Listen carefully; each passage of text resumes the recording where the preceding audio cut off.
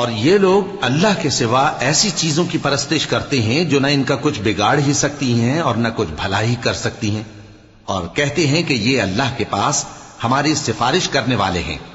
کہہ دو کیا تم اللہ کو ایسی چیز بتاتے ہو جس کا وجود اسے نہ آسمانوں میں معلوم ہوتا ہے اور نہ زمین میں؟ وہ پاک ہے اور اس کی شان ان کے شرک کرنے سے بہت بلند ہے۔ اور سب لوگ پہلے ایک ہی امت یعنی ایک ہی ملت پر تھے، پھر جدا جدا ہو گئے۔ اور اگر ایک بات جو تمہارے پروردگار کی طرف سے پہلے ہی طے نہ ہو چکی ہوتی تو جن باتوں میں وہ اختلاف کرتے ہیں ان میں فیصلہ کر دیا جاتا۔ اور کہتے ہیں کہ اس پر اس کے پروردگار کی طرف سے کوئی نشانی کیوں نازل نہیں ہوئی؟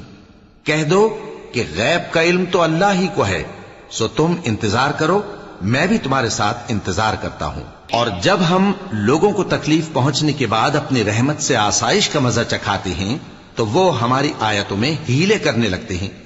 کہہ دو کہ اللہ بہت جلد تدبیر کرنے والا ہے، اور جو ہیلے تم کرتے ہو ہمارے فرشتے ان کو لکھتے جاتے ہیں۔